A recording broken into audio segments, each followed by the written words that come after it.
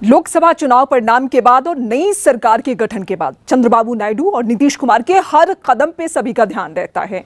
दिल्ली में अगर कोई बैठक हो और वहां से कोई दूरी बना ले तो इसको लेकर भी बहुत सारे सवाल उठते हैं कि आखिर इस नेता ने क्यों दूरी बनाई, और खासकर अगर ये नीतीश कुमार कर रहे हो या चंद्रबाबू नायडू कर रहे हैं, क्योंकि ये दो ऐसे पिलर हैं जिससे दिल्ली की सरकार मजबूती से आगे बढ़ रही है।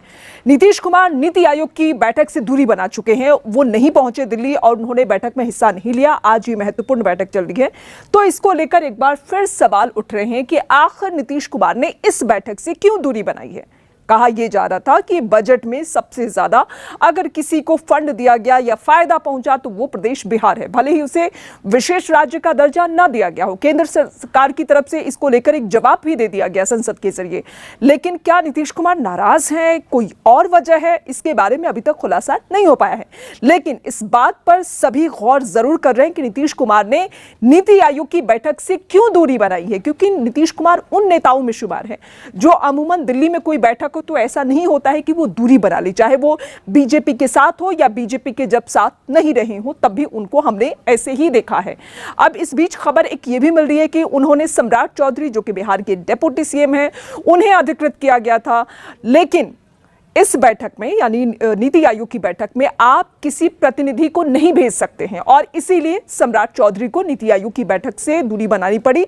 उन्हें इस बात की इजाजत नहीं मिली कि आप यहां पे बैठक में हिस्सा लें, क्योंकि सिर्फ और सिर्फ राज्यों के सीएम ही इसमें आ सकते हैं, वही इस बैठक में हिस्सा ले सकते हैं। अब नीति आयोग की बैठक क्यों होती है वो भी जरा मैं आपको बता दूं। पहले योजना आयोग और अब 2015 से लेकर अभी तक नीति आयोग।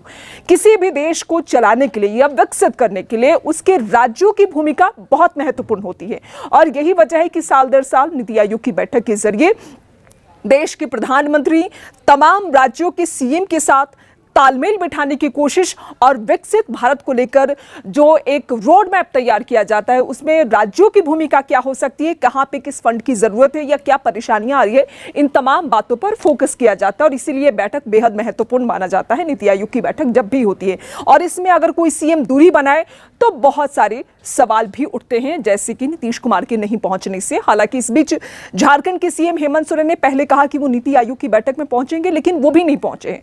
उनको लेकर सवाल उठ रहे हैं, लेकिन नीतीश कुमार और हेमंत सोरेन में बहुत बड़ा फर्क है। ममता बनर्जी जो कि अमूमन ज्यादातर वक्त में केंद्र सरकार की तमाम बैठकों से दूरी बनाती हैं, आज वो नीति आयोग की बैठक में हिस्सा लेने जा रही हैं, ऐसी खबरें मिल रही हैं। ममता बनर्जी हमेशा हमलावर रहती है, लेकिन फिर सवाल घूम फिर कर आता है नीतीश कुमार के ही कदम पे कि आखिर क्या नीतीश कुमार के मन में कोई नाराजगी, कोई और बात बीजेपी के लिए या फिर देश के प्रधानमंत्री के लिए अभी भी है? क्या बजट में जो फंड मिला बिहार को उससे वो खुश नहीं है? क्योंकि जब से नीतीश कुमार ने सत्ता संभाली बिहार में तब से कई राउंड, चाहे यूपीए की सरकार हो या फिर बीजेपी एनडीए की सरकार हो, अमूमन हमने देखा विशेष राज्य का दर्जा का मुद्दा हमेशा छाया रहा। यहां तक कि कई बार हस्ताक्षर अभियान तक चलाया गया बिहार की जनता के सामने कि क्या बिहार को विशेष राज्य का दर्जा मिलना चाहिए या फिर नहीं।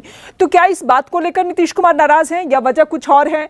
सियासी माहौल है और इसमें बहुत कुछ होते रहता है, तो इस पे भी नजर सभी की है कि नीतीश रूठे क्यों है इस बार।